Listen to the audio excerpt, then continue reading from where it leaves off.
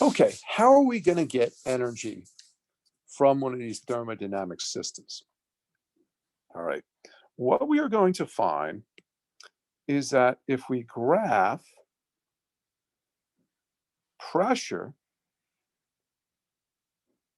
as a function of volume, so I'm going to put pressure on this vertical axis right here, and I'm going to put volume down here. We will find that by graphing pressure as a function of volume, if we have some initial point, okay, and then we go through some process and we end up at some final point, the total work done by this system, okay, is going to be equal to the area underneath this function, okay? And this little function right here is a function of, is pressure as a function of volume, right? So here's our work. Okay? Now, once again, thermodynamics. We're trying to get work from heat and internal energy. Okay? We will find that as we allow a gas to expand, it does work on the outside environment. As we compress a gas, we are doing work from the outside on the gas itself. So you got to be a little bit careful how we're going to define work for different processes, okay? If the gas is doing work, we are taking mechanical energy from the system and transferring it to the outside. If the environment or surroundings are doing work, okay, then that energy is going into the system. Okay, let's do some thermodynamics, but let's start making some assumptions first of all. Okay, first thing that we're going to do is we're going to stick with gases. All right, we stick with gases because, in fact, ideal gases, they're the simplest to handle in terms of mechanics. We don't want to worry about phase changes where we're dealing with latent heat and those sorts of things. Okay, so we're going to deal with gases, and in most cases, we're going to even simplify it more. We're going to deal with an ideal gas. Okay, and that's going to allow us to use PV equals nRT, which is the ideal gas law. The next thing that we're going to do is we're going to assume that it's in thermodynamic equilibrium, okay? Essentially, when we look at things like pressure, okay, we look at things like temperature, we want to make sure that the entire system is at a constant. So any pressure or temperature that we reference is talking about the entire system as a whole. It becomes extremely difficult once we start having parts of the system at different temperatures and pressures, because when that happens, then we basically have to treat infinitesimal parts of the system, and really the only way to do that is with computer models rather than analytical models that we're going to come up here. And again, as I said, we're not only dealing with a gas, we're going to deal with ideal gases. And the idea of an ideal gas is that the molecules occupy no volume, okay? So PV equals nRT applies here. There's no intermolecular force, so we don't have to worry about van der Waals forces or things like that. Again, this is going to allow us to simply relate pressure, volume, and temperature with this ideal gas law. Now, let's go to this idea of a cylinder. The gas is contained within the cylinder. We have a movable piston. We're going to assume that there's no friction, okay? The gas occupies some volume V and exerts a pressure on the walls of the cylinder, exerts that same pressure on the piston, okay? So when we move this piston, we go from the initial volume, let me use a different color right here, go from initial volume okay, to this new volume right here, where we've moved the piston by some distance delta y. All right. The change in volume of the system is going to be equal to the area A times delta y right there. Okay. Now, very important. You need to get used to this. When the cylinder expands, we are doing work on the outside world. When the cylinder is compressed, it is the outside world which is doing work on the gas. Okay? Got to be a little bit careful when we say work, because there is the work done by the gas and there's the work done on the environment. Okay? And sometimes when you see this in different texts, including the text that we use for this, it's not only it's clear which work that they're talking about. Now, a force is applied to and slowly compresses the gas. Again, any of these processes we're going to assume are done so slowly that the temperature of the gas remains constant, the pressure of the gas is constant, because this analysis only works when everything's in thermodynamic equilibrium. Okay? That the pressure represents the pressure of the entire gas. The temperature represents the temperature of the entire gas. All right. When the gas is compressed, delta V is negative, so the work done on the gas is positive. So the outside world is adding mechanical energy to the gas, but usually what we call W is the work done by the gas, so we say that's negative. Okay? So in this first example, we are compressing the gas. Here, delta V is getting smaller. I'm sorry, delta V is negative. V is getting smaller. So if the volume is getting smaller, the work is negative.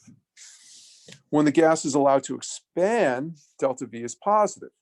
So the work done by the gas is positive. But again, we got to be careful here, because sometimes they'll say the work done on the gas in this particular case is negative. Okay?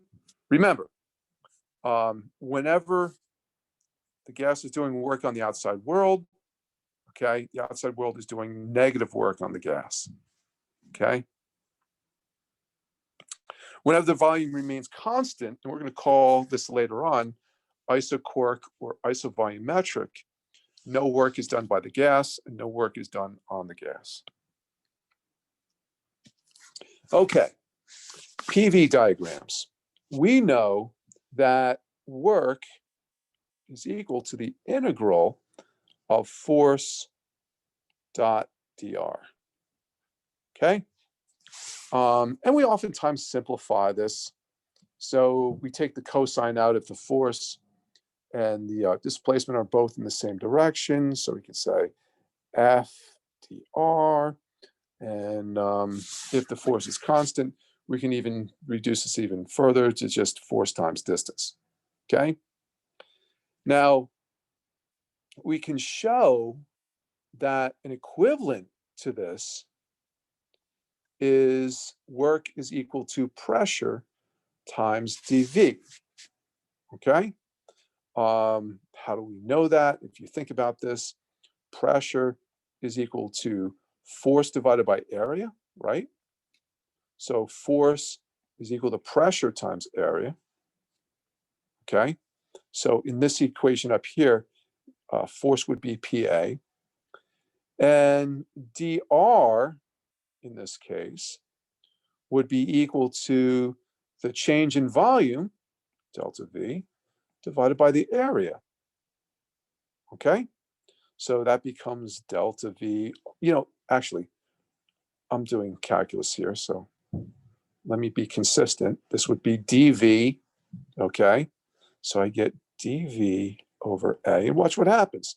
A cancels out with A, and this becomes our specific equation using our definition for work, this becomes a specific equation for a gas in a cylinder, okay? That the work is equal to the integral of pressure times pressure as a function of area.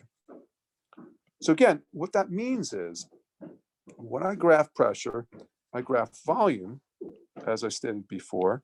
The area underneath this graph right here is going to represent the work done by the gas. Now, in this case, it's actually compression. So we're actually doing work on the gas. The work on the gas is negative when we go from right to left on this diagram. If we go from, right to left. As we go from left to right, if this were my initial and this were my final, then the work would be positive there. But again, PV diagrams are a really nice way of calculating the work being done, graphically, okay? Again, this is not a calculus-based course. So when we look at an integral, we shouldn't be thinking so much in terms of, well, how am I going to turn that into an algebraic expression? We should be thinking about the integral as being, okay, what does that mean? It means that we have a function here. We want the area underneath that function. Okay, let's do a few examples to calculate work and see how going from left to right or right to left affects it, and seeing how different geometrical figures affect this. So we're going to take a look at 4 different examples, and I'm going to show you how you can graphically calculate the work, okay? You don't even have to come up with any analytical expressions for this. Okay, here's the first case. In the first case, we're starting at this point right here. We have a pressure of 10 to the 5th pascals. It's about 1 atmosphere. We have a volume of 1 meter cubed. We are going to increase the pressure from 1 atmosphere to 3 atmospheres. Okay, so I'm going to go this way, upward. And we're going to change the volume from 1 meter cubed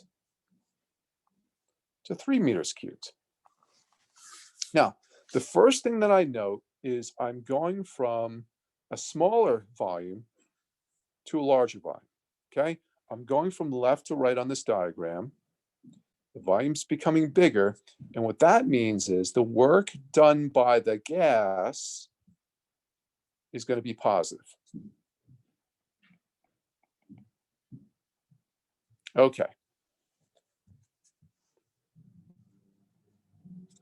Now, what I have here is, here's my function of pressure as a function of volume.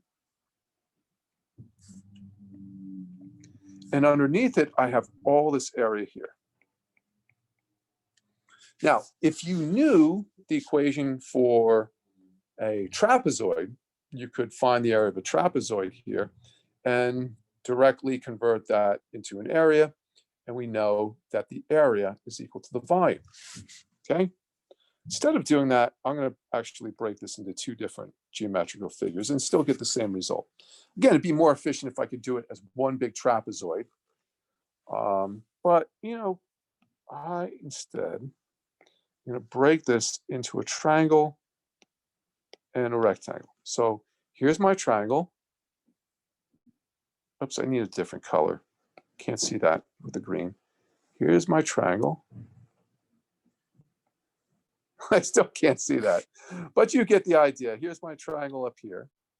Okay, so that area is in blue. I'm going to call that area A2. And then here is my rectangle underneath. All right, I'll use yellow for that color right there. That's right there. That's my A1. All right, and I'm going to calculate how much area is down there too. Okay, so let's do this. We'll start out with A1 first of all. A1's right here. The area of a rectangle is simply the height times the base. Okay, so my height here, what I have for a height on this rectangle on the vertical axis is 10 to the 5th pascals.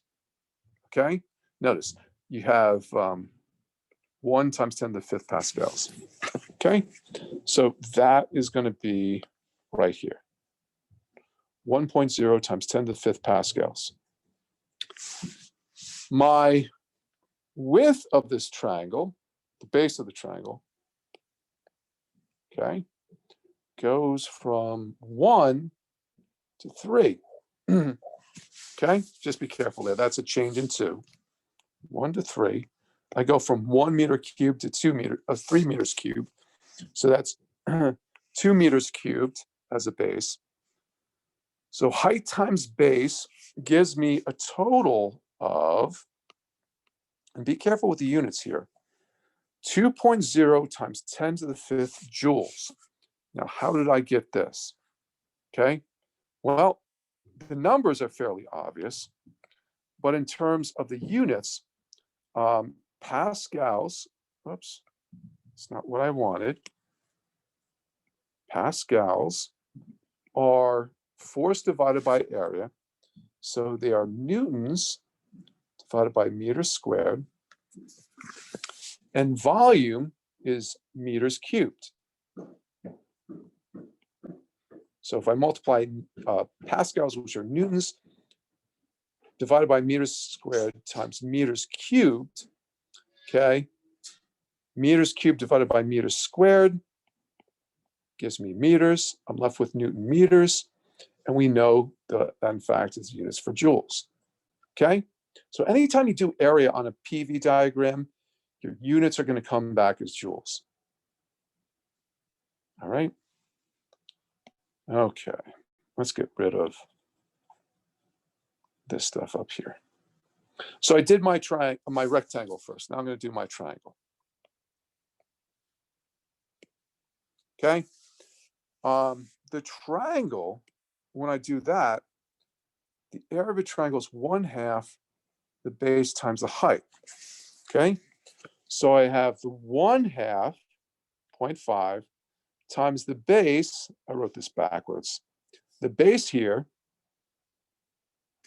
is, oh gosh, just had a problem with my iPad. The base here is 2 meters cubed, and I multiply that by 2.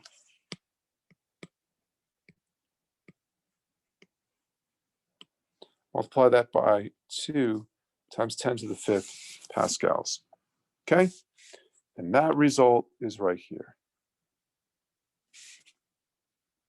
Okay, so when I'm putting these together and I'm getting the total volume, I am adding the rectangle to the triangle. That's the total area that I have here. And I get 4 times 10 to the 5th joules. Okay. Now I'm going to clear this out so not everything is, oh, it did clear out. Good. So that's an example right there. You're just, trying to figure out what my total area of the whole thing is. And, if you've got to break it down into geometrical figures, that's fine. I broke this down into a triangle and a rectangle, and my answer was perfectly fine. Again, if you're a little more sophisticated, you could have, figured out the area of a trapezoid. You pretty much get the same thing. The area of a trapezoid is the average of the 2 parallel sides times the height. I'm just going to give you the same answer. Okay. Let's look at the next one. All right. Here, I'm starting with a volume of 3 meters cubed. And I end up with a volume of 1 meter cubed. So on this diagram, I'm actually going from right to left. That means that the work is going to be negative. Okay. The work done by the guest is going to be negative. Again, we get positive work when the volume increases. Here, the volume is decreasing. Now, what's curious about this is the first phase of this, we go from 3 times 10 to the 5th pascals down to 2 times 10 to the 5th pascals, okay? From I to that, we'll call this point A, we'll call this point B, we'll call this point C, and then you have the final point, which is F. From I to A, notice there's no area underneath the curve. So essentially, no work is being done during the first part of this process, okay? Later on, we'll see that in fact is an isovolumetric or isochoric process, so there's no work being done. However, I see I can break my I can break my area into 2 different rectangles. Here's A1, okay? So I'm going to get the area there. Here's A2. So get the area here. And that's going to represent the work being done. But again, I'm going from right to left, so that work is going to be negative. Okay, let's do A1 first. Simple rectangles, base times height. Base is 1 meter, okay? Height is 1 times 10 to the 5th pascals, okay? Again, notice I go from 1 meter to 2 meters, or actually I'm going from 2 meters cubed to 1 meter cubed. Again, here's the height. Then my second rectangle, gosh, got to be careful with the way I do this, is it has a base of 1 meter. I'll just stick to the pen tool. 1 meter, I'm going from 3 meters cubed to 2 meters cubed, so it's 1 meter cubed for a base. And then I have a height of 2 times 10 to the 5th pascals. Okay? All right, 1 times 1 is 1. So we get negative 1.00 times 10 to the 5th joules for this first rectangle right here. Why negative? Because we're going from right to left. Do the same thing for A2. We're going to get negative 2 times 10 to the 5th joules. Okay, so negative 1 plus negative 2 is negative 3.